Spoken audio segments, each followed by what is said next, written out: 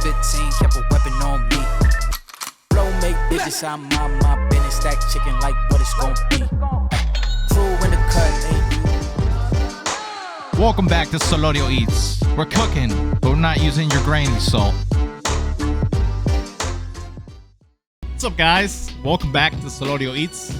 You know, we have been gone for quite some time now, but welcome back. I'm so excited to be back. So today we're gonna be getting into some delicious seared pork chops. I'm gonna break down the whole thing for you, and some creamy, saucy mac and cheese.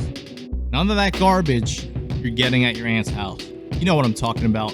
That stuff that comes out of the oven that she roasts, that she thinks is mac and cheese, with some dry ass noodles. You know, none of the sauce is sticking to the noodles. It's like noodles, and then it's like clumps of, I guess, like cheese, because it hasn't even been emulsified into the sauce. So yeah, I'll be showing you guys how to make this whole thing from scratch. Very easy to make. But yeah, I'm excited to get back into it with you guys. You know, 2022, new logo, new rig. You know, we're gonna be putting out a lot new content, faster content, and more quality content.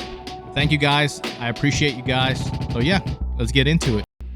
So, you know, I had the opportunity to stop down at my local butcher shop, Swift Level Meats. These guys, you know, put out an insanely great product. You know, they have a chef on hand, you know, that he butchers his own meats right there. And you know, you can select exactly what you want.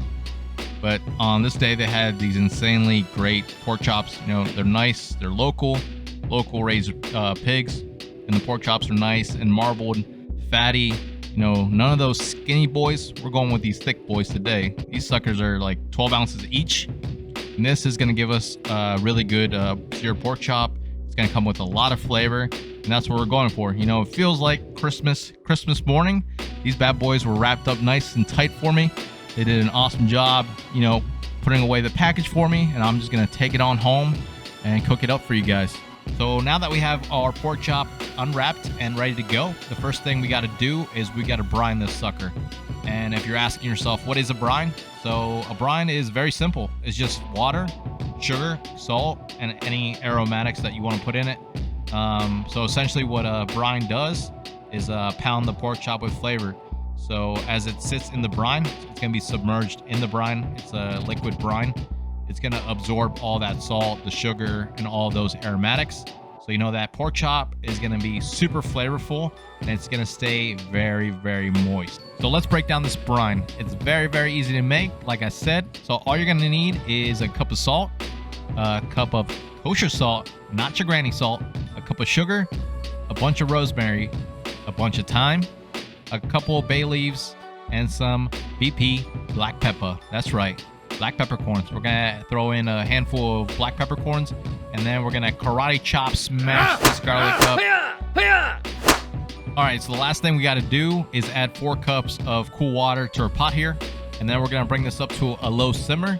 You know, all we have to do is let the salt and the sugar dissolve. You know, come up to a nice low simmer.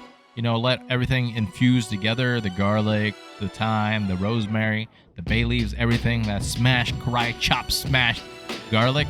You know, that's it. That's your brine. You're done. I told you, so easy to make. Danger. Danger. And always remember to cool down your liquid before you stick your meat in it.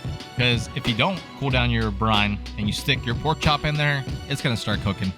And we're not ready to cook this sucker. So make sure you cool it down, put it off to the side, let it hang out for a bit. And then we're going to stick our pork chops in there, cover it completely. I have it here in this little Tupperware container. You know, have it fully submerged. Put it in the fridge a few hours. I like to put mine in for about 3 hours. If you go too much, if you were to let this sit overnight, you know, the brine's going to start making this pork chop hammy. You don't want that. You know, this is a pork chop, not a ham. So don't let it sit too long. I think 3 hours is more than enough for this size. All right, so for any good mac and cheese, you know, obviously you got to have some good noodles. If you don't season your pasta right, your mac and cheese is going to taste like trash. So make sure that you're picking out the right pasta. I'm going to go with some shells for mine. To me, you know, for me, I feel like the shells are going to hold on to the sauce a lot better than your typical macaroni noodles. So that's what I'm going to go with. You can use whatever you want, but I'm going to use this. And right before you throw your pasta in there, you got to make sure that your water tastes like the ocean. Like, you should be hearing the dolphins in the background when you taste this. And you want to make sure that your water is boiling, and I mean really boiling. And this is going to go for about 12 minutes, and that's it. It's going to be nice and cooked properly, seasoned properly. So let's get into this luscious and creamy mac and cheese sauce. You know, the one that you're going to be taking to your next family get-together, the one everyone's going to be, you know, talking about, and your auntie's going to be like, damn, how do you make this? This is the recipe for that. So this is everything we're putting into our mac and cheese sauce: heavy cream, sharp cheddar, American cheese, Parmesan cheese, and that tangy Tabasco sauce. So let's start making our mac and cheese sauce. We're going to start with 1 pint of heavy cream, and we're going to start off on a low simmer. You know, you want to make sure that you don't burn your cheese sauce.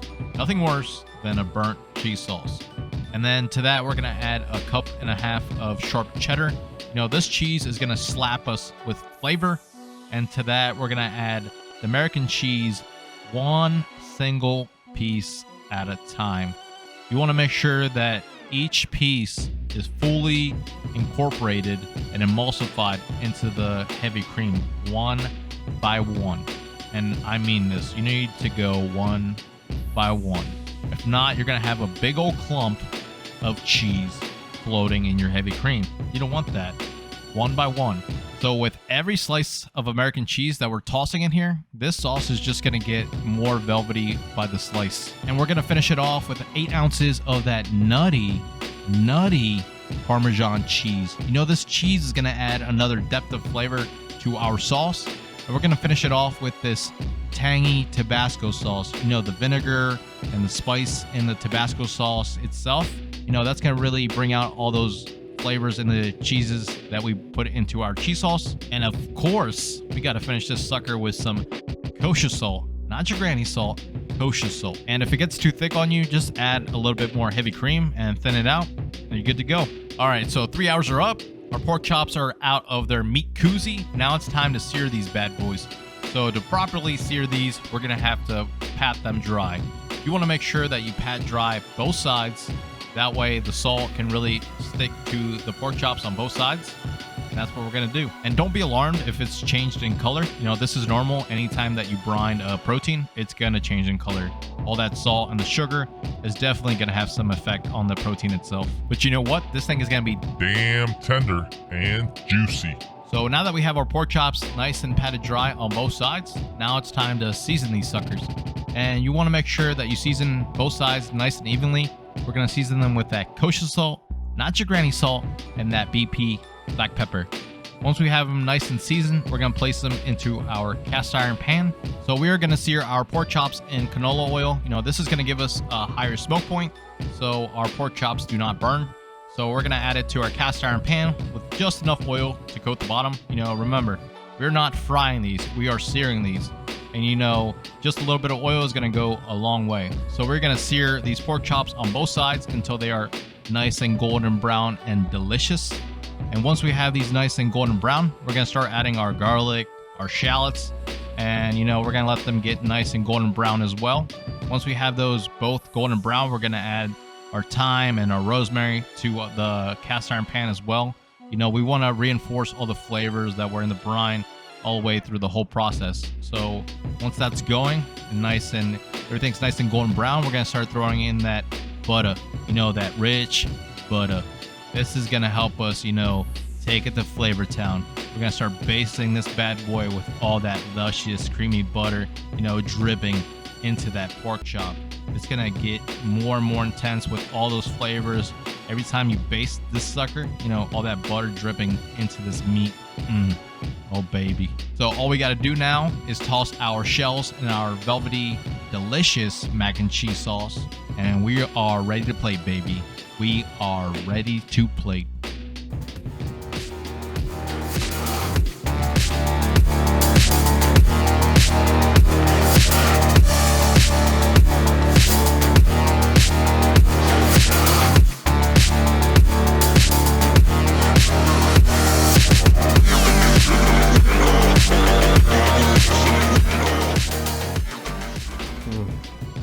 So cheesy.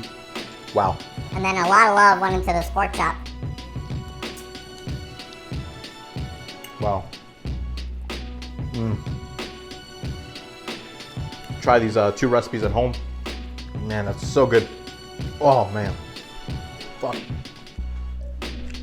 That pork chop is so juicy, so much flavor, so tender. Wow. So once again, guys, I had a lot of fun putting this whole thing together for you guys.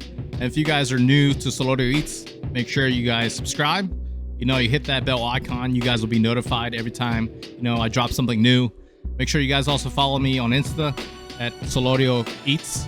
But once again, guys, thank you for watching. Stay tuned. Until next time, love you guys.